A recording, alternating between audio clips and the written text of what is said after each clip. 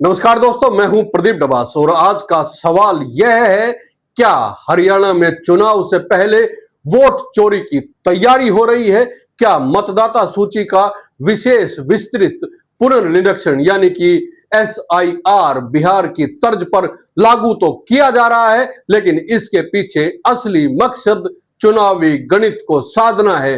क्या चुनाव आयोग जो लोकतंत्र का प्रहरी है अब सत्ता का साझीदार बन चुका है? ये तमाम सवाल हम नहीं उठा रहे हैं दोस्तों, ये सवाल प्रदेश के मुख्य विपक्षी दल कांग्रेस की ओर से उठाए जा रहे हैं।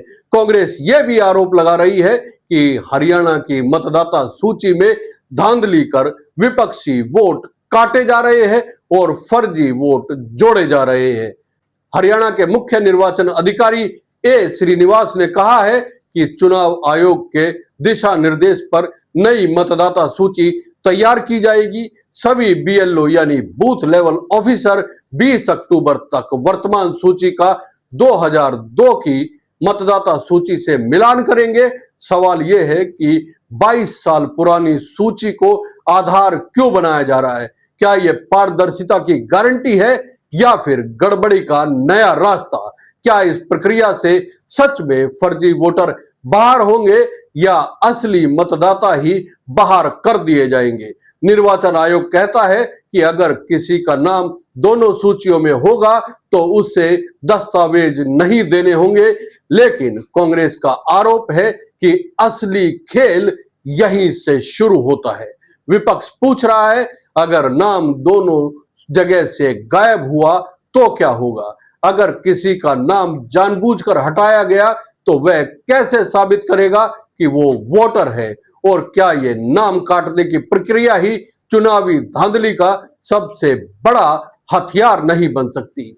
श्रीनिवास ने कहा कि BLO हर घर जाकर फॉर्म भरेंगे, लेकिन सवाल यह भी है, क्या BLO जनता के दरवाजे पर दस्तक देंगे या बीजेपी दफ्तरों में हाजिरी लगाएंगे? क्योंकि विपक्ष का कहना है कि BLO पर सत्ता का दबाव है और यही दबाव तय करेगा कि किसका नाम सूची में रहेगा और किसका गायब होगा। निर्वाचन आयोग का कहना है कि अगर किसी मतदान केंद्र पर 1200 से ज्यादा मतदाता होंगे तो नया केंद्र बनाया जाएगा, लेकिन विपक्ष पूछ रहा है, क्या ये नए बूथ जनता की सुविधा के लिए बनाए जाएंगे या भाजपा के वोट बैंक के हिसाब से बनाए जाएंगे? क्या ये बूथ रैशनलाइजेशन असल में बूथ मैनेजमेंट का नया रूप नहीं है? अब आते हैं राजनीति की जमीन पर। हरियाणा कांग्रेस ने भारतीय जनता पार्टी और चुनाव आयोग पर सीधा हमला बोल दिया है। आरोप लगाया है कि हजारों असली वोटरों के नाम लिस्ट से गायब कर दिए गए हैं और हजारों फर्जी नाम जोड़ दिए गए हैं। कांग्रेस का नारा है, वोट चोर गद्दी छोड़। सवाल यह है, क्या सच में भाजपा ने मतदाता सूची को ही चुनावी हथियार बना लिया है? हरियाणा कांग्रेस ने राज्यव्यापी हस्ताक्षर अभियान शुरू किया है। 15 सितंबर से 15 अक्टूबर तक हर जिले और ब्लॉक में हस्ताक्षर करवाए जाएंगे। कांग्रेस अध्यक्ष उदय भान ने कार्यकर्ताओं से कहा है कि ज्यादा से ज्यादा हस्ताक्षर इकट्ठे कर पार्टी कार्यालय में जमा करवाए जाए और फिर इसे दिल्ली भेजा जाएगा। विपक्ष का कहना है कि यह अभियान भाजपा की लोकतंत्र विरोधी साजिश को जनता के सामने लाने के लिए है।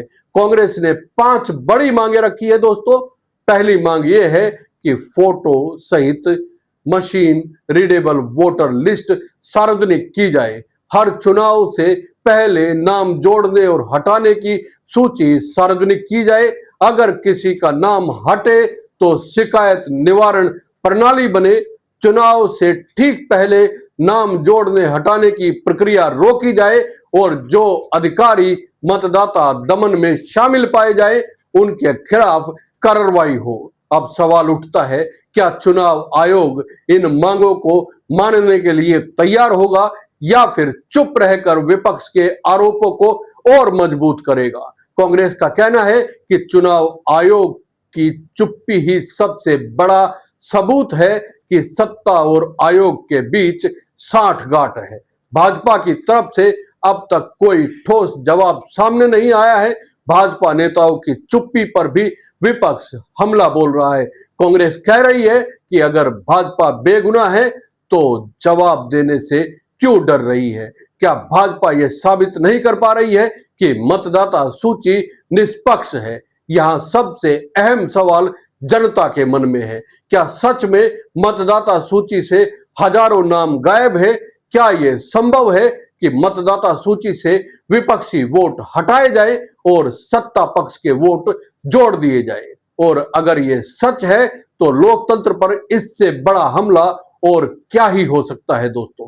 कांग्रेस का कहना है कि महाराष्ट्र और कर्नाटक में भी ऐसे ही उदाहरण सामने आए हैं। यानी ये सिर्फ हरियाणा का मुद्दा नहीं बल्कि पूरे देश के चुनावी सिस्टम पर शक पैदा करता है। सवाल यह भी है, अगर मतदाता सूची ही संदिग्ध है तो चुनाव की पारदर्शिता पर कौन भरोसा करेगा? लेकिन दूसरी तरफ भाजपा का कहना है कि विपक्ष चुनाव से पहले ही हार का ठीकरा फोड़ने की तैयारी कर रहा है। सत्ता पक्ष का कहना है कि कांग्रेस को जनता का भरोसा नहीं है, इसलिए वह चुनाव आयोग पर आरोप लगा रही है। सवाल यह भी है, क्या कांग्रेस पहले से ही हार मान चुकी है और अब बहाने खोज रही है, या फिर वाकई लोकतंत्र खतरे में है? वोटर लिस्ट की गड़बड़ी पर कांग्रेस ने न सिर्फ अभियान शुरू किया बल्कि खुला आरोप लगाया और भाजपा लोकतंत्र की हत्या कर रही है, ऐसा भी बीजेपी के खिलाफ कांग्रेस का कहना है। कांग्रेस नेताओं का कहना है कि लोकतंत्र का मतलब सिर्फ चुनाव करवाना नहीं बल्कि निष्पक्ष चुनाव करवाना है, और अगर मतदाता सूची ही संदिग्ध है तो चुनाव का नतीजा भी संदिग्ध ही होगा।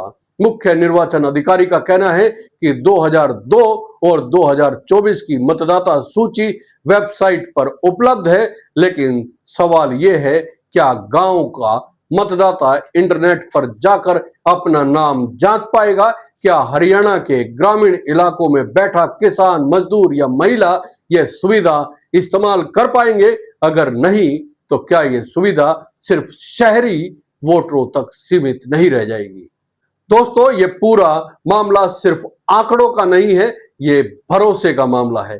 लोकतंत्र का भरोसा, चुनाव आयोग पर भरोसा, जनता के वोट पर भरोसा। अगर वोटर ही अपने नाम को लेकर असुरक्षित है तो लोकतंत्र सुरक्षित कैसे रहेगा?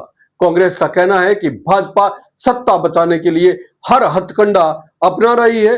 विपक्ष का आरोप है कि भाजपा जानती है कि जनता गुस्से में है। महंगाई, बेरोजगारी और किसानों की दुर्दशा पर सरकार को जवाब देना मुश्किल हो रहा है, इसलिए चुनावी जीत पक्की करने के लिए मतदाता सूची में हेर फेर की जा रही है।